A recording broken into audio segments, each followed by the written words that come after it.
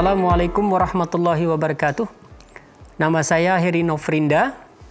Pada hari ini kita akan masuk kepada sesi 8. Tujuan pembelajaran pada hari ini adalah kita ingin mengeksplorasi tentang perbandingan perilaku baik intrapersonal, interpersonal, dan komunitas ya. Terlebih khususnya dalam konteks komunikasi.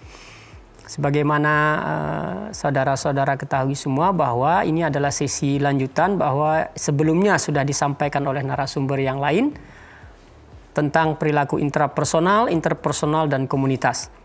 Oleh karena itu saya akan melanjutkan tentang perbandingannya.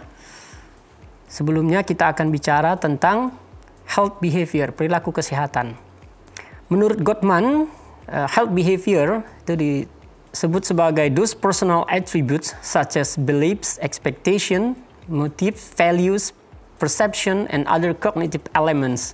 Personality characteristic including affective and emotional state and traits.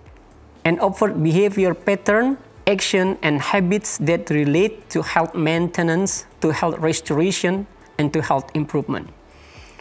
So ini adalah definisi dari Gottman dari tahun 1982, kemudian berlanjut tahun 1997, semacam revisi dan sebagainya. Dari sini kita akan melihat betapa cakupan perilaku kesehatan itu demikian luas, demikian banyak dan akan melibatkan banyak ilmu pengetahuan sesungguhnya di dalamnya. Nah, upaya-upaya kesehatan masyarakat atau public health efforts itu to enhance population health, attempt to reduce risk behavior, and to promote protective behaviors and are considered most successful when guided by theory. Ya, tentu saja jadi bahwa pencapaian itu harus pencapaian bidang kesehatan masyarakat dan sebagainya. Upaya-upaya itu dalam upaya mengurangi risiko perilaku dan perilaku yang buruk dan mempromosikan perilaku-perilaku kesehatan yang baik itu tentu harus berdasarkan atau dilandasi atau dipandu oleh beberapa teori. Ya, itu yang bahkan disebut sebagai behaviorist theories. Ya, ada dalam 3 perspektif. Yang pertama, psychological perspective. Yang kedua adalah socio-economic perspective. Yang ketiga adalah culture and health related behavior. Ya. Kita akan bicara tentang komunikasi dan perilaku. Ya. Dalam buku Fundamental Concept in Human Communication, komunikasi intrapersonal itu didefinisikan sebagai komunikasi yang berlangsung dalam diri kita, yang meliputi kegiatan berbicara kepada diri sendiri, kegiatan-kegiatan mengamati dan memberikan makna, baik secara intelektual dan emosional kepada lingkungan kita. Ya. Nah, salah satu contoh teori yang sudah saudara-saudara pelajari sebelumnya adalah tentang health belief model. Health belief model is an interpersonal within the individual knowledge and belief theory used in health promotion to design intervention and prevention program. Artinya, salah satu teori perilaku yang terkait dengan komunikasi yang intrapersonal sifatnya itu adalah health belief model, ya, teori health belief model. Saat kita bicara tentang sendiri-sendiri seperti kita bermonolog dengan diri kita, ya, saat kita berimprovisasi dengan diri kita sendiri, sesungguhnya kita sedang melakukan upaya-upaya itu. Ya.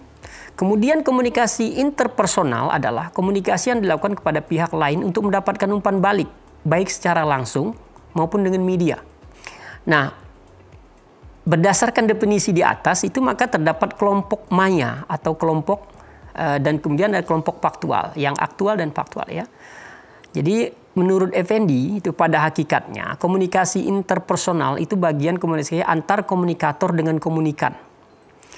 Komunikasi jenis ini dianggap paling efektif dalam upaya mengubah sikap, pendapat atau perilaku seseorang karena sifatnya yang dialogis berupa percakapan satu dengan yang lain.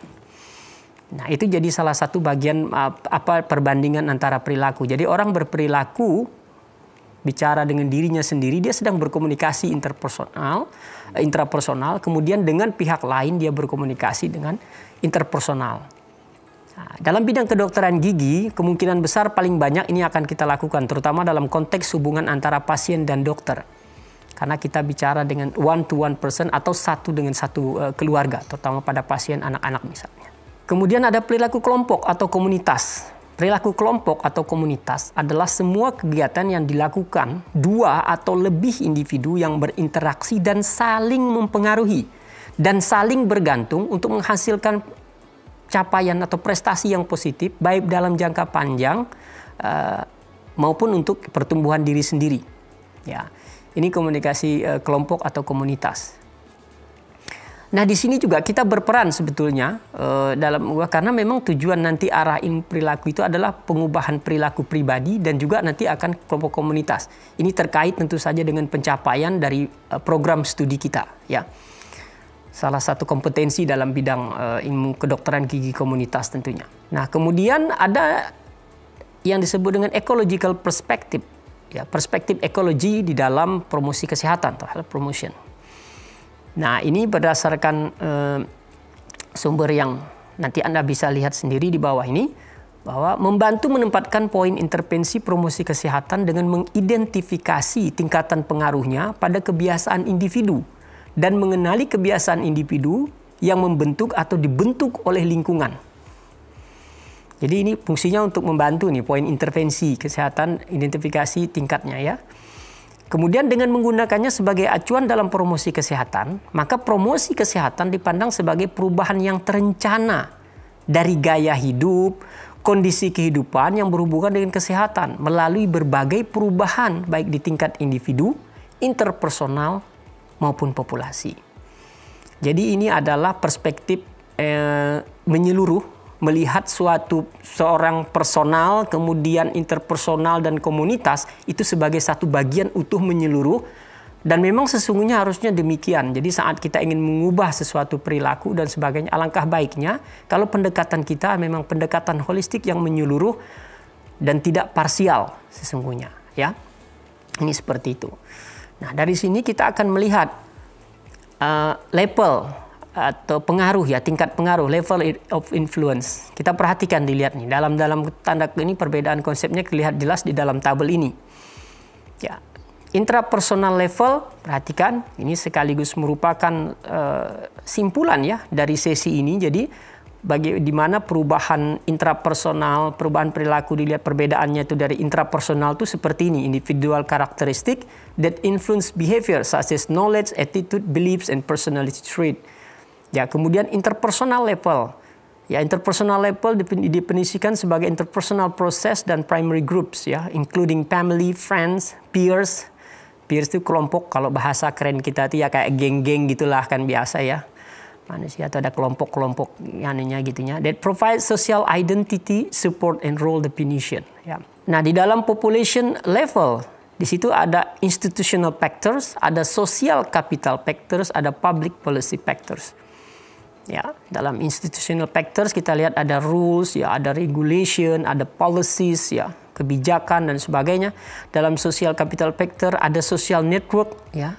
Jaringan sosial network kita biasanya teman kita di sosial media dan sebagainya, itu merupakan bagian di sosial kapital kita.